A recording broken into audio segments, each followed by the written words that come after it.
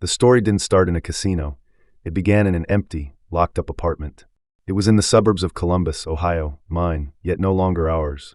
When my ex-wife Emily and I signed our divorce papers over 2 years ago, our shared life, and the house that once echoed with laughter, was precisely divided and liquidated by legal decree, reduced to a $60,000 check deposited into my bank account. Before the divorce, our home always brimmed with life. In the mornings, the hum of the coffee machine and Emily's gentle voice urging our daughter Lily to finish breakfast. In the evenings, Lily's giggles as she played with blocks on the living room carpet, punctuated by cartoons on the TV. At the time, I never thought much of these sounds, until one day they were all gone. Now, the apartment is deathly silent. The walls are freshly painted in gray-white, the furniture minimalistic and chosen by me alone. Everything neat but lifeless. Every evening, I come home to a deserted scene, the fading sunlight pouring through the windows, stretching my shadow long across the cold wooden floor. I often stand at the doorway dazed, half expecting a little figure clutching a teddy to rush out and call Daddy. Instead, the only sound is the lonely drone of the fridge compressor kicking in. We sold the marital home as part of the divorce. That house held 7 years of our marriage. The down payment came mainly from Emily's parents, their life savings, a heartfelt blessing for their daughter's future. My mother, a retired schoolteacher, also gave everything she had, some $15,000, hard-earned by my late father over years of work. Emily was fair.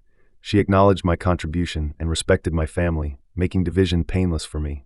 I had also saved over $20,000 during my years as a project manager at a software firm.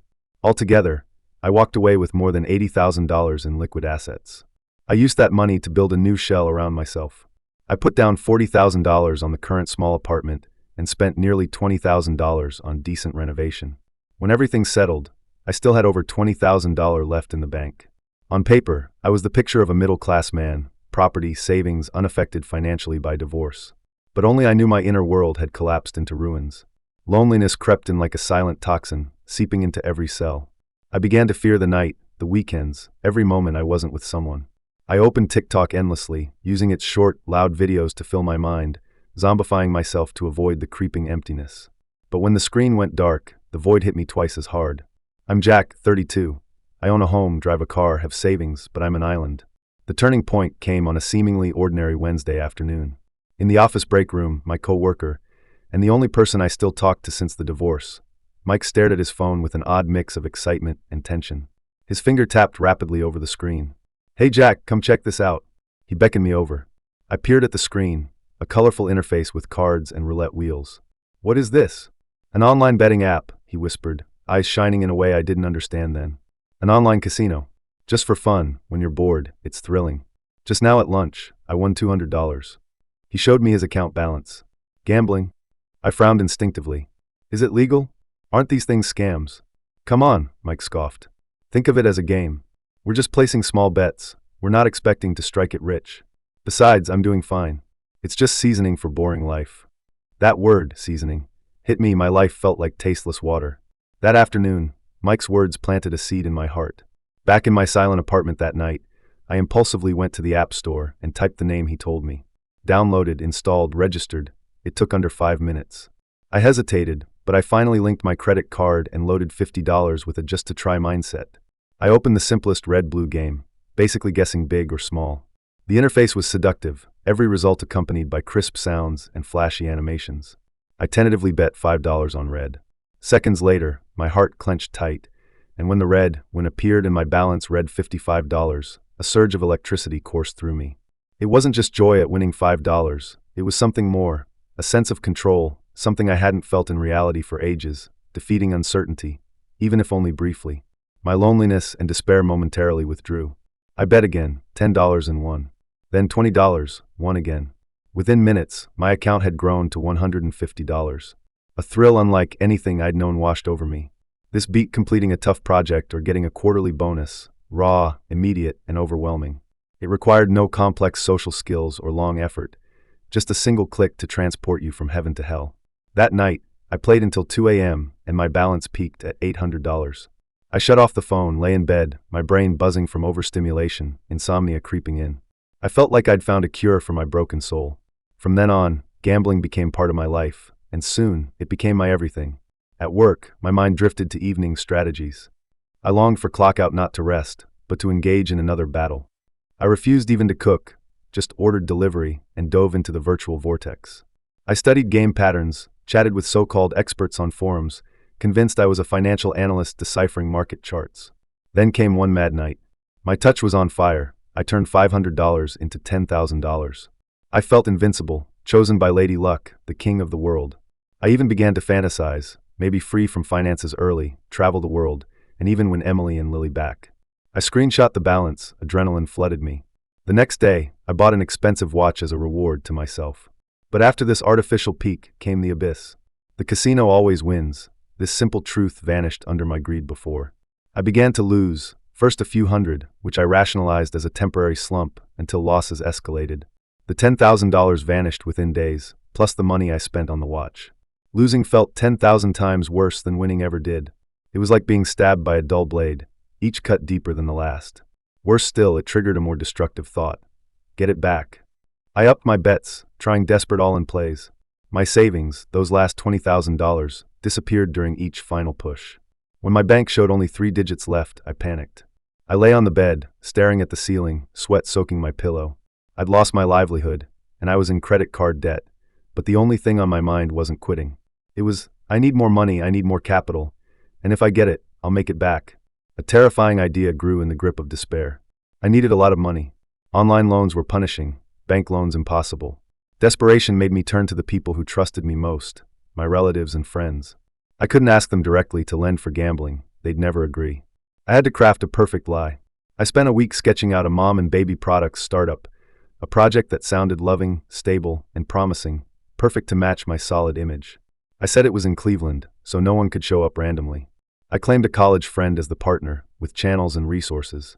I even forged screenshots of business plans and market research, making it look authentic. My first call went to Uncle David, retired engineer, honest, always cared for me most. "Uncle, it's me, Jack." My voice cracked with nerves. "How've you been, Jack?" "Adjusting post-divorce?" he replied kindly. "Quite well. Actually, I'm starting a business." I dove into the blueprint, the market, the reliable partner, expected profits. "I need startup capital, about $100,000. I've invested most already, only $30,000 short." My heart raced. He paused. "Kid, having a plan is good," Uncle David said with pride. "You've always been smart. I'll support you. $30,000, no problem. I'll transfer it tomorrow. Just don't stress too much." Hanging up, I exhaled long and felt guilt like a molten iron pressing on my conscience. But the gambler's frenzy soon swallowed it. I fantasized about returning the capital plus interest once I won big, telling everyone I turned a profit. The delusion became fuel. Using the same pitch, I convinced Aunt Carol and Cousin Tom. Tom, 2 years younger, running a small business, asked detailed questions about rent, suppliers, marketing. I sweated through the fabrication, and they agreed, $20,000. Then from a few college friends, I collected another $40,000.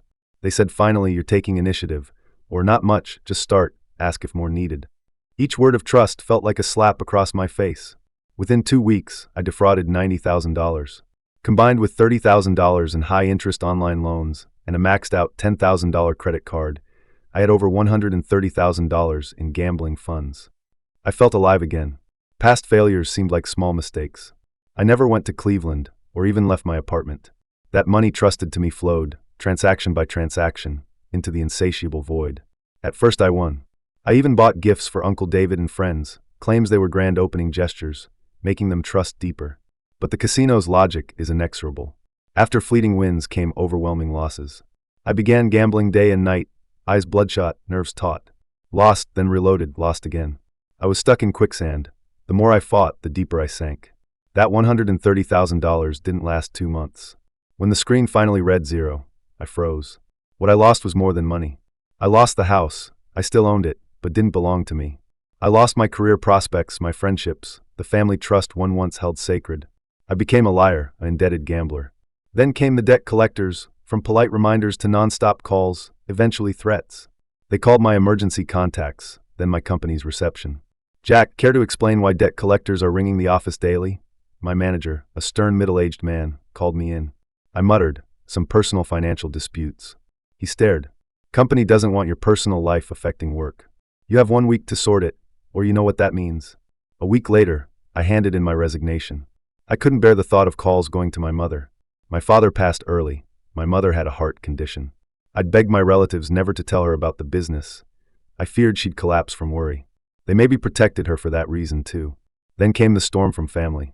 Over a year later, my mom and baby store had delivered no profits, no return of capital. My excuses shifted from just starting up to market slump, then partner disappearing in lawsuit. Finally, Cousin Tom had enough. One night, he posted in our family WhatsApp group at me.